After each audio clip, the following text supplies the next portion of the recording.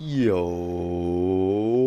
what's going on, YouTube, and welcome back to Goal Line Hockey. It's your boy Kevin Forte, and today we are taking a look at the Toronto Maple Leafs. Now, the Toronto Maple Leafs have been rumored in a couple of different names. There's been a couple names linked to the Maple Leafs, but we also have to go over some stuff in between the pipes. There's been some rumors about Peter Mrazek, so we're going to start off the video right there. So, Peter Mrazek, not even a year after signing a 3-year contract with the Maple Leafs, Peter Mrazek seems like he could be on his way out of Toronto, potentially before this year's March 15th trade deadline.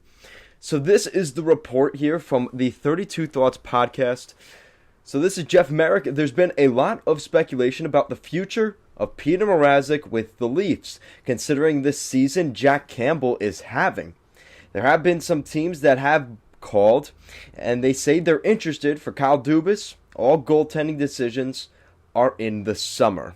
So at that rate, it sounds more like this is something that would get addressed in the summer. But there's definitely reason to believe that if the right offer were to be put on the table, Peter Mrazek could be on his way out. Peter Mrazek, when he was drafted, was a very highly sought-after goaltender. He was a Detroit Red Wings prospect, draft pick, and things, unfortunately, didn't work out. It was kind of a part of unfortunately, the Red Wings rebuild. He, unfortunately, was a casualty of that. He inevitably went to the Flyers, didn't stick there with the Flyers too long, ends up going to the goes to the Hurricanes for a couple years, and then eventually goes off to Toronto as part of that free agency trade, Freddie Anderson for Peter Mrazek, which I'm sure Canes fans are pretty stoked about right now. So this was also from Merrick. There have been teams calling the Maple Leafs with interest in Mrazek. But again, there's no real interest in Dubas. There's no desire to make that trade. And the real reason for that right now is the Leafs are going for a Stanley Cup. This team is projected to get around 110 points this season. So if that's the case, why are you going to trade a backup goaltender that's not only is he not a pending UFA, but the goaltending behind Jack Campbell?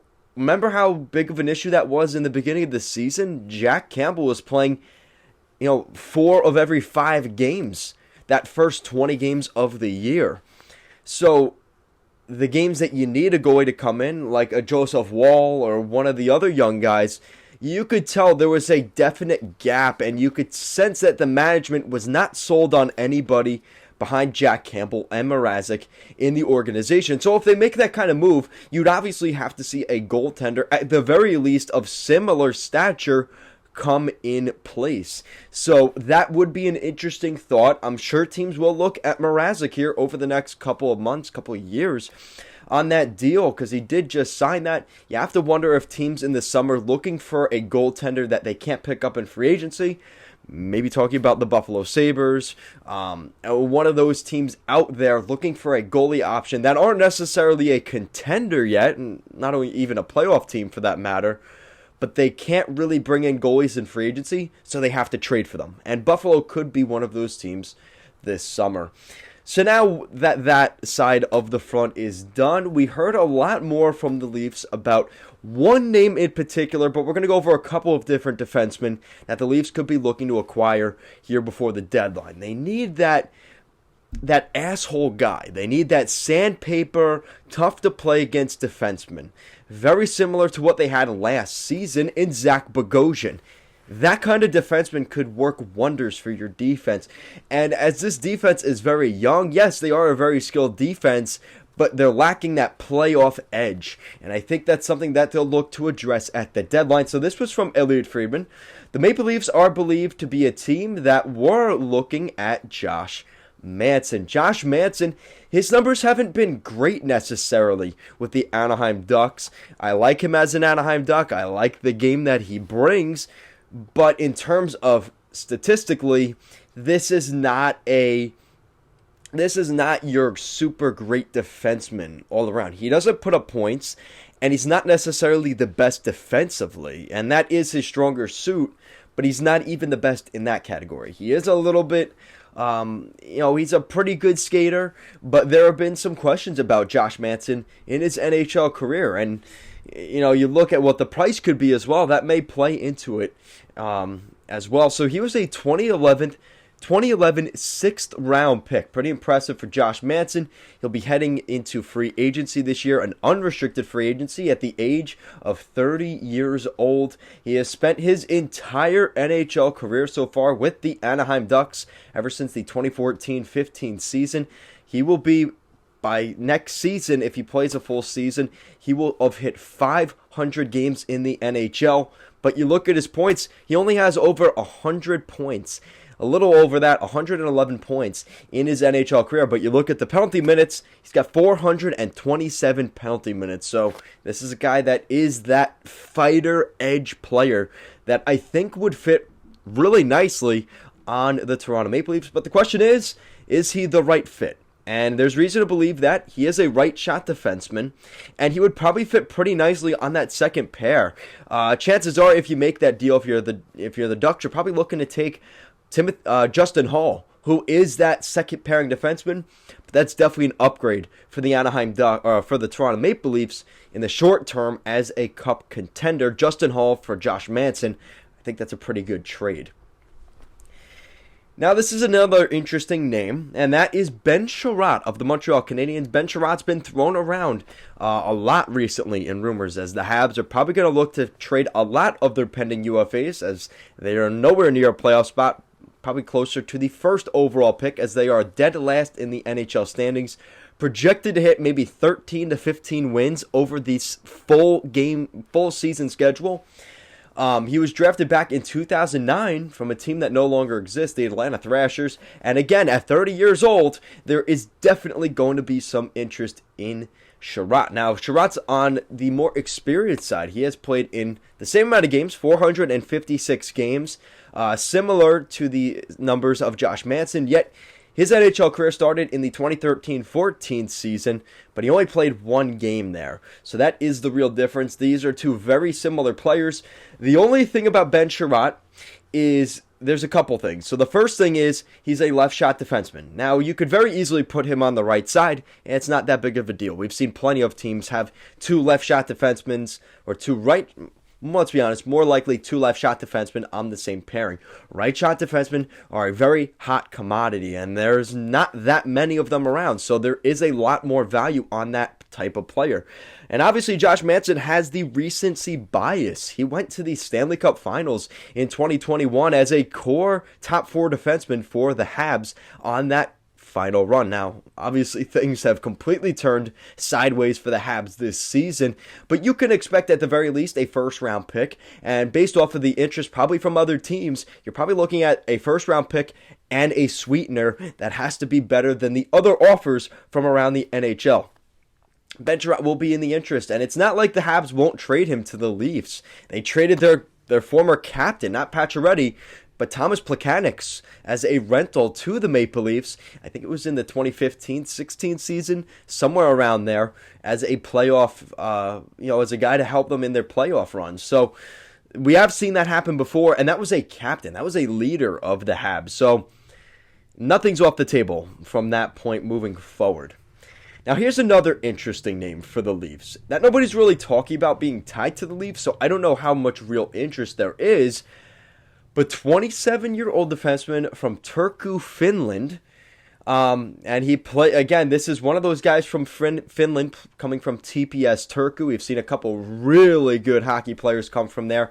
Arttu Räty, most recently Capo Kakko, and Rasmus Ristalainen. He's a 27-year-old right shot defenseman. He's a bigger defenseman, and I've seen him actually this season in Philadelphia. It's been a rough season for the Flyers. You could argue he may be part of the problem. You look at every team he's been on between his time with the Buffalo Sabres. They've never really been a good team. And this season with the Philadelphia Flyers, kind of the same story. He's been a bottom pairing defenseman. He's been a second at the very best or third pairing defenseman in Philly. So there's reason to believe that maybe the interest isn't there for him as a legitimate top four defenseman. Would he fit, though, as an upgrade over Justin Hall? And the problem is, Chuck Fletcher, with what he paid for Rasmus Ristalainen last year, he's probably not going to get similar value. So he may look to just keep Rasmus around, and he may decide to keep Rista on a contract extension here before the deadline.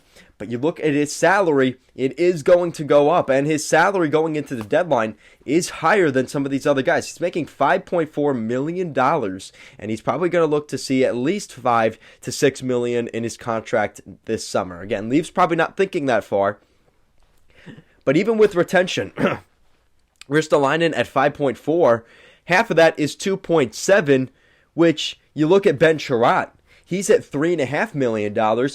So you're going to be paying him 1.75, which is basically another whole $1 million that the Leafs will be saving on the cap. And when the Leafs are where they're at in their cap situation, Ben Charot is the cheapest option at a 50% retention, as well as probably the halfway through the season, saving a little bit more. Josh Manson's also got a pretty high price tag, but he's a little more in the middle between both Risto and Charot. He's making $4.1 million, so it would be a $2.05 million in terms of retention. If the Ducks were retain half, it would be $2 million practically. So there is going to be some interest there. Now the question is, what is the value of Ristolainen? It depends on how many teams are interested in him, and truly how interested the Flyers are in trading Risto, because they may look to themselves, if you're not going to give us an offer similar to what we got for him last year, we're just going to try and keep him on a long-term contract. And that wasn't necessarily the thought last year from Risto, yet I think his lackluster season this year may have changed his plans a little bit, and he's willing to stick around long-term in Philly if the price is right. And you look at what he's doing right now this season, he has 11 points in 40 games, which is just really very low compared to what we've seen from him. He'll be hitting 600 NHL games going into next season, so there's definitely going to be interest in him as well. But Risto brings more of the two-way defenseman. He's not just an asshole defenseman like Charot or like Manson. He's the perfect in-between mix. And I think that is something that people will be looking at. I think Risto could be a name out there. If I had to choose between these three guys, I'd have to go with the guy that people are kind of linking Dubas to, which is Josh Manson. I think Manson's a good fit there. You could probably get him for a first-round pick, call it a day. The Leafs are sacrificing a first-round pick. They haven't been afraid to do that in the past, so I could see them making that type of move. It's probably not the ideal situation, but you look at the Leafs defense right now. You got Morgan Rielly and TJ Brodie as your first pair, Rasmus Sandin and Justin Hall, and that's where a lot of the criticism comes in. They just don't have the depth other than their top pair, and then Travis Dermott and Timothy Liljegren. So a lot of younger guys on that list, specifically Sandin and Timothy Liljegren on each of the left and right side in your bottom two pairs. I think the Leafs would definitely look to maybe add a little more depth. And like I said, they have the assets to get a deal done. They could trade one of these young guys in order to bring in one of those more mature defensemen, because you may be looking at, well, why would you do that? They're going to be good in a couple years. Well, first of all, there's no guarantee they will be good. And two, the Leafs are chasing a Stanley Cup again here in 2022. They don't really have the time to afford to wait for a Liljegren or a Sandin to develop in another 2 to 3 years. They want guys that can help them win a Stanley Cup, as their cup window will be closing here over the next 2 to 3 years. So we'll see what happens. Guys, let me know what you think in the comments section down below. Which of these defensemen is the best fit for the Toronto Maple Leafs going into the deadline, into the Stanley Cup playoffs? Guys, let me know down below. Thank you so much for watching, and let's go Leafs.